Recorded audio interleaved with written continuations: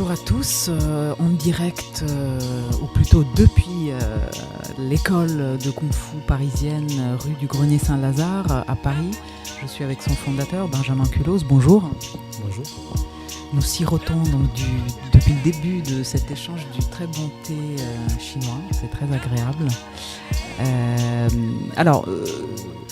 Vous êtes parti en Chine à l'âge de 14 ans, au moment où vous pratiquiez tout le temps le karaté à Toulouse, parce que vous décidez que c'est votre passion, vous consacrez 100% de votre temps à cela, et votre père vous accompagne. C'est pas évident parce que vous parlez pas chinois. Comment ça se passe? Quel est le but de ce voyage? Qui vous rencontrez? Qu'est-ce que vous allez chercher en partant en Chine?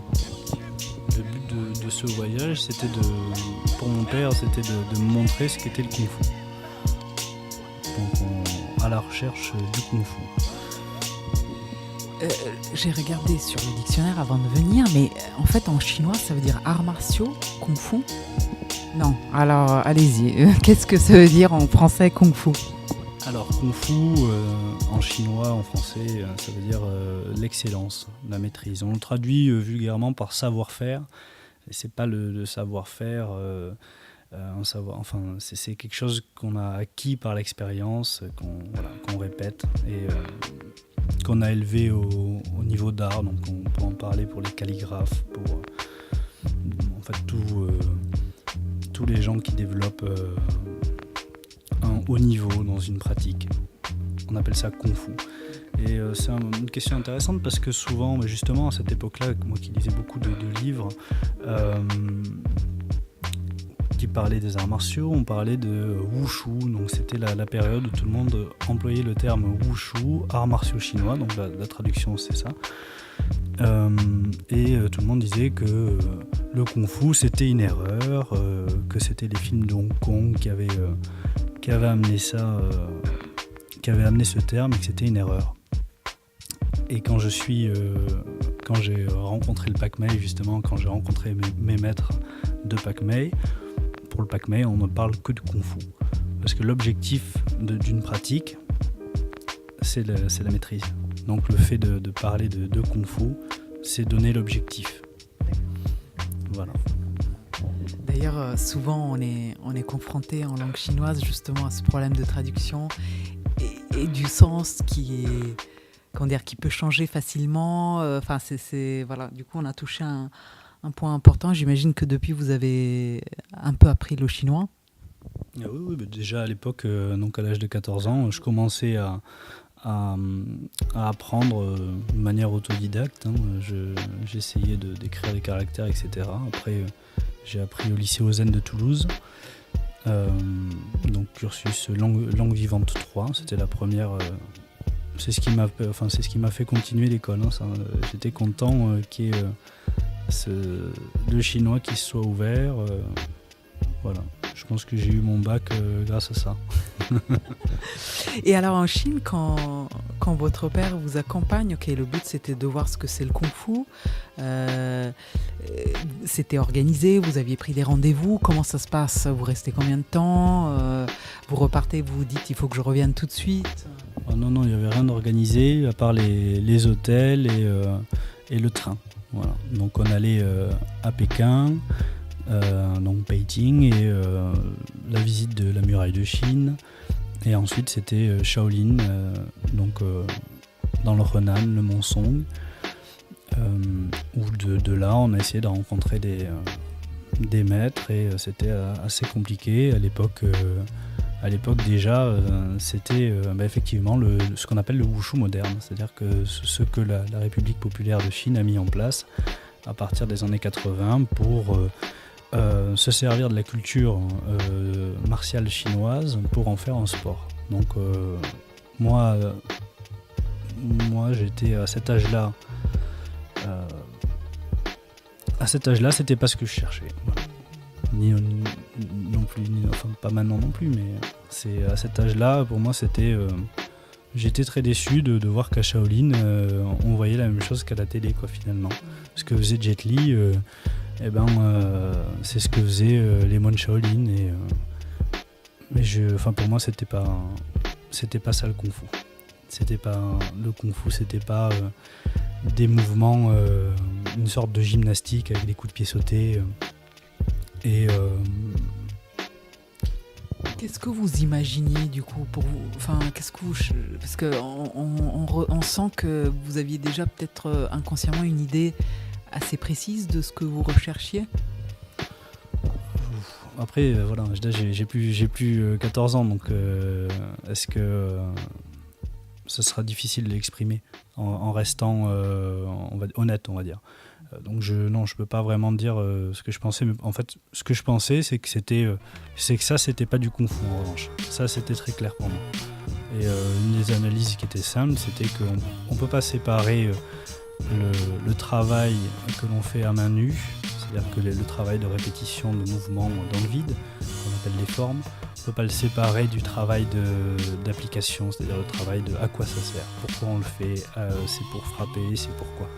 Et à partir du moment où on fait des mouvements pour une performance physique et qu'à côté pour se battre, on fait un travail de boxe pied-point qui ressemble à la boxe américaine, etc. Ben pour moi, c'était pas ça, quoi. Donc c'était très clair que c'était pas ça. Et du coup, j'imagine que sur le moment, vous êtes un peu déçu quand vous dites, vous voyez un peu ce que vous aviez déjà vu dans les films. Vous vous dites, il faut que je continue à chercher. Donc vous poursuivez le voyage. Qu'est-ce qui se passe ? On était là 2 semaines, donc on n'avait pas trop de temps non plus. Et puis si on parlait chinois, c'était assez complexe. Donc je me suis un peu entraîné avec eux. Ça a été assez compliqué, c'est avec mon père aussi, parce qu'un enfant de 14 ans qui dit ça alors qu'il a soi-disant des maîtres de kung-fu devant lui, je suis passé pour un enfant un peu prétentieux. Voilà. Donc c'était une belle expérience à refaire. Donc quand je suis rentré en France, je me suis encore mieux renseigné. J'avais du mal à trouver des gens sérieux, donc j'ai quand même continué à m'entraîner. J'ai fait pas mal de gymnastique aussi à l'époque, vu que j'arrivais pas à m'investir plus que ça dans la pratique martiale. J'avais pas vraiment trouvé de personnes. Puis après j'ai trouvé des personnes, j'ai passé mon bac, j'ai voyagé en France, j'ai déménagé plusieurs fois pour aller rencontrer des gens qui avaient un niveau, et jusqu'à venir à Paris et puis partir à Shanghai. Voilà. D'accord, donc en fait toute cette quête, elle se précise de plus en plus au fur et à mesure que vous avancez, vous revenez de ce voyage en Chine. Mais là vous vous dites, alors c'est pas ça le kung-fu, donc l'excellence en quelque sorte pour vous, qui est un tout entre le geste, l'intention. C'était pas. En fait, le kung-fu, il y a plusieurs écoles. C'est un peu comme si on parlait de cuisine française. On disait la cuisine française. Bon, celle de quelle région ? Et donc, ou les fromages. Voilà, je sais plus. Il y en a tellement je sais plus de 300, je crois. Donc là, c'est pareil. Il y a plus de 350 écoles de kung-fu recensées, donc ce qu'on appelle des styles. Et moi là je fais du Pak Mei, mais il y en a énormément de styles différents. Donc juste ce qui m'a pas plu quand je suis allé à Shaolin, c'était je remettais pas en cause un niveau de pratique. C'était juste que le style ou voilà la manière de bouger, c'est pas ça que je voulais faire. Voilà. Et alors comment vous arrivez au Pak Mei ? Comment vous trouvez le style qui vous correspond ? Déjà il s'est passé j'ai rencontré mon premier maître de Pak Mei à 22 ans, donc il s'est passé 8 ans. Donc déjà, j'ai jamais arrêté de pratiquer.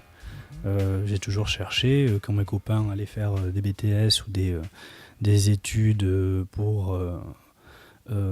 en ayant un espoir de vie meilleure plus tard ou je ne sais quoi, moi c'était Kung Fu. Je pars dans cette ville, pourquoi ? Parce qu'il y a un maître de Kung Fu. Je vais là parce qu'il y a un maître de Kung Fu. Je pars à Shanghai, pourquoi ? Parce qu'il y a un maître de Kung Fu. Et ainsi de suite, jusqu'à arriver à Foshan, rencontrer mon premier maître qui s'appelle Chan Yongman, et voilà. Donc, première rencontre avec quelqu'un comme j'imaginais, c'est-à-dire qu'à un niveau solide. Niveau solide, ça veut dire qu'il a une une technicité, en même temps une expérience du combat, quoi. Et moi, ce que j'ai cherché toujours chez un maître, c'était le fait que ce soit quelqu'un de bien, quelqu'un d'authentique et avec l'intelligence du cœur, quoi.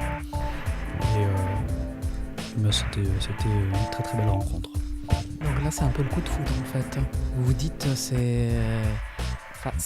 vous sentez qu'il y a une énergie qui passe avec cette personne et que c'est avec lui que vous avez envie de faire un bout de chemin. Ah oui, c'était. Après, ça c'est. Au début, c'est pas lui qui s'est occupé de moi, on s'est juste vu. C'est un de ses disciples qui m'a enseigné, puis après, ça a été lui, puis un an s'est passé. Oui, mais c'était ça, oui. J'ai rencontré le style que je voulais faire, il n'y avait pas de doute là-dessus, ni sur le maître, ni sur le style, donc c'était une évidence. Merci Benjamin Quelos, à bientôt.